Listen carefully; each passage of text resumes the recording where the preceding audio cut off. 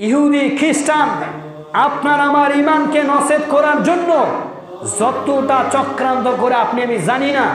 ইহুদি খ্রিস্টান আপনার আমার জন্য যত চক্রান্ত করে রাখিয়েছে এটা আমরা জানি না। এই ইহুদি খ্রিস্টান দাজ্জালের কাছ থেকে পরামর্শ নিয়ে আপনাকে আমাকে ইমানের পথ থেকে দূরে নিয়ে যাচ্ছে, ইমানের পথ থেকে দূরে নিয়ে যাচ্ছে। বিশ্বাস হবে কিনা জানি না। একটা কথা মনে রাখেন, এই যে আমরা যে খাবারগুলো খাই না, কীটনাশকগুলো ব্যবহার করি না জমিতে, এবং খাবার প্রত্যেকটা খাবারে তো কীটনাশক ব্যবহার করা হয়, ঠিক না? এই কীটনাশকের মাধ্যমে আপনাকে আমাকে আল্লাহদ্রোহী বানায়, আল্লাহর দিন থেকে অমনোযোগী বানায়। বিশ্বাস হয় আপনার? না, যে খাবারগুলো খাচ্ছি এই খাবারের মাধ্যমে আমাদের দিনের প্রতি, ইসলাম ধর্মের প্রতি আমাদের যাতে মন মানসিকতা না আসে, এমন কিছু জিনিসে কীটনাশকগুলোর মধ্যে ব্যবহার করা হয় যেগুলোর কারণে আমরা দিনের প্রতি আগ্রহী হই না। মাদ্রাসায় পড়ে ছাত্র, তারপরেও দিনের প্রতি আগ্রহী নয়। কোরআন হাদিস রিসার্চ করে বুখারী দার্স দেয়, তারপরেও দিনের প্রতি আগ্রহী নয়। ইসলামের মর্ম আজ পর্যন্ত বোঝে নাই। কেন জানেন? এই কীটনাশকগুলোর মাধ্যমে, বিশেষ কিছু ঔষধের মাধ্যমে আপনাকে আমাকে আল্লাহদ্রোহী বানানোর মাধ্যমে এগুলো কাজ রয়েছে। বিশ্বাস হয় না? আপনাকে বলি, ডাক্তারির একটা লোগো রয়েছে, ডাক্তারিখানার একটা লোগো রয়েছে, জানেন? এর একটা লাঠি থাকে, লাঠিতে একটা সাপ পেঁচানো থাকে। কে কে দেখেছেন? বিশ্বাস না হলে নেটে সার্চ করে দেখবেন। এই লাঠিতে দেখবেন একটা সাপ পেঁচানো থাকে, ডাক্তারিখানার লোগো। এইরকম একটা লাঠি থাকবে, বা দুই পাশে একটা লাঠি থেকে এরকম থাকবে, দুইটা সাপে একটা সাপ পেঁচানো থাকবে। আর এই সাপটা হচ্ছে, এই লাঠিযুক্ত যে চিহ্নটা সাপ, এটা হচ্ছে ইলুমিনাতির একটা চিহ্ন। আর এই ইলুমিনাতি হচ্ছে দাজ্জালের সবচেয়ে বড় সংগঠন। দাজ্জালের সবচেয়ে বড় সংগঠন এই ইলুমিনাতি। এই ইলুমিনাতি পৃথিবীটাকে কন্ট্রোল করে। ইলুমিনাতির তত্ত্বাবধানে অনেকগুলো সংগঠন রয়েছে, যে সংগঠনের মাধ্যমে আপনি আমি চাকরি করি। এই ডাক্তারিখানার মাধ্যমে এই চিহ্নটায় প্রমাণ করা হচ্ছে এই ডাক্তারিখানার বিদ্যাটা সবচেয়ে ওই থেকে নেওয়া, দাজ্জাল থেকে নেওয়া, দাজ্জালের কাছ থেকে নেওয়া। এই যে বিশ্বাস যদি না হয় আপনাকে বলি, এই যে শনিবারে স্কুল, কলেজ, ডাক্তারিখানা, হাসপাতাল বন্ধ দেয় না ভাই? শনিবারে বন্ধ আছে না স্কুল? কেন বন্ধ? কম দেখি, আমাকে বলেন দেখি, কেন বন্ধ দেওয়া হলো শনিবার স্কুলটা? কোরআনের এবং হাদিসের সুস্পষ্ট প্রমাণ। শনিবারে বন্ধ হচ্ছে ইহুদিদের বন্ধ। বিশ্বাস যদি না হয় হাদিস খুলে দেখবেন। শনিবারে বন্ধ হচ্ছে ইহুদিদের বন্ধ। কিন্তু সেই বন্ধ চালু করা হলো কেন? আপনার স্কুল বন্ধ দিচ্ছে, আপনি সদর হাসপাতাল, সরকারি যে কারখানাগুলো রয়েছে সবগুলো বন্ধ দিচ্ছে। কেন? এরা ইহুদিদের সংগঠন, ইহুদিদের খরচ চালায়। এই জন্য স্কুল, কলেজ, হাসপাতাল সবগুলো বন্ধ দেয় শনিবারে, ইহুদিদের খরচ চালায়। এই ইহুদি আপনাকে আমাকে কন্ট্রোল করে, জানেন?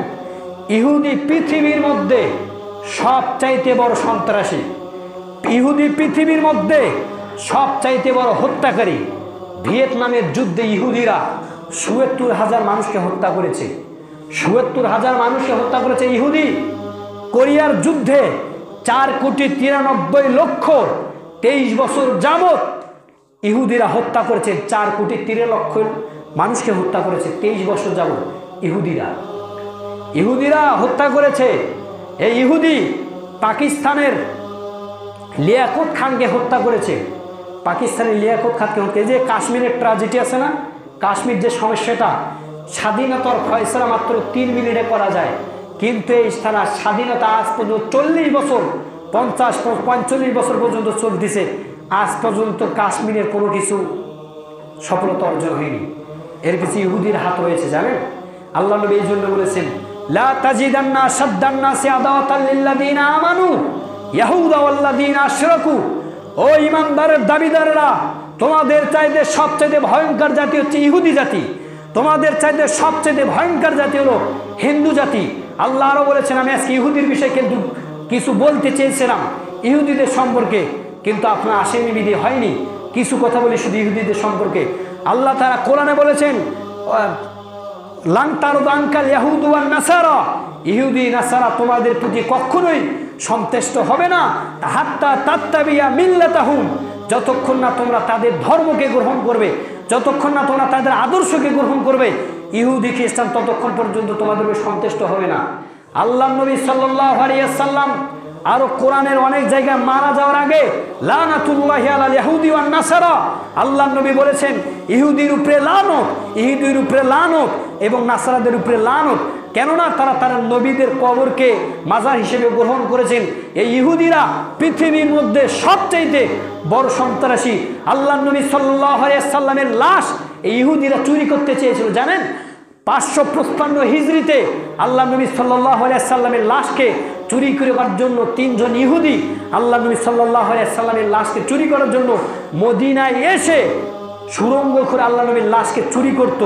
এবং এই স্বপ্নের মাধ্যমে নুরউদ্দিন নামে সুলতান ছিলেন, তিনাকে স্বপ্ন দেখানো হলো, বললেন নুরউদ্দিন আমাকে 3 জন ইহুদি আমাকে কষ্ট দিচ্ছে।